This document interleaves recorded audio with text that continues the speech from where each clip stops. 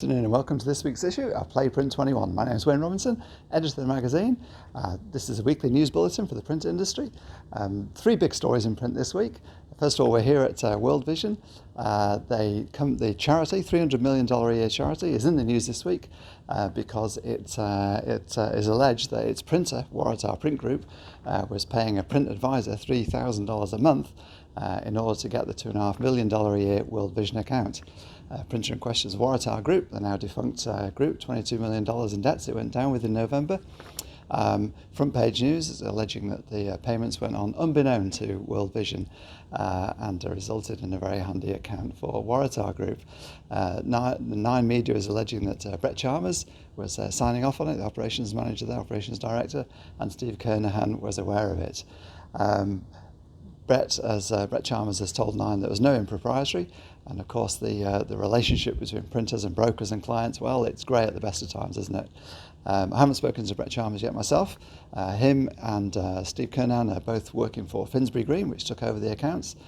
Both have now been suspended by Peter Orrell and Finsbury Green there in light of the allegations until an investigation has been completed.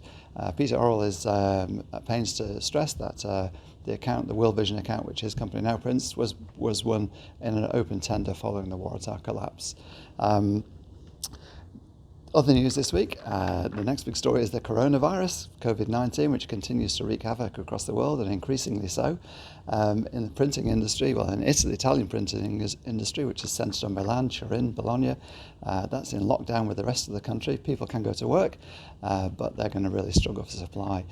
In our industry, the main impacts will be felt on the expos, trade exhibitions. More than 500, not in print, but 500 in total, have already been cancelled across the world. In print, that includes FESPA, of course, which was cancelled last week. This week, Sign and Digital in the UK has been cancelled. The D-Scoop Global User Conference in Orlando has been cancelled. And Label Expo Southeast Asia, which was set for Thailand, Bangkok in May, has also been cancelled. The big question, of course, on everyone's minds is the mother of all trade shows, Drupa, scheduled to take place in just 100 days' time. The show has already caused questions to go on across the world.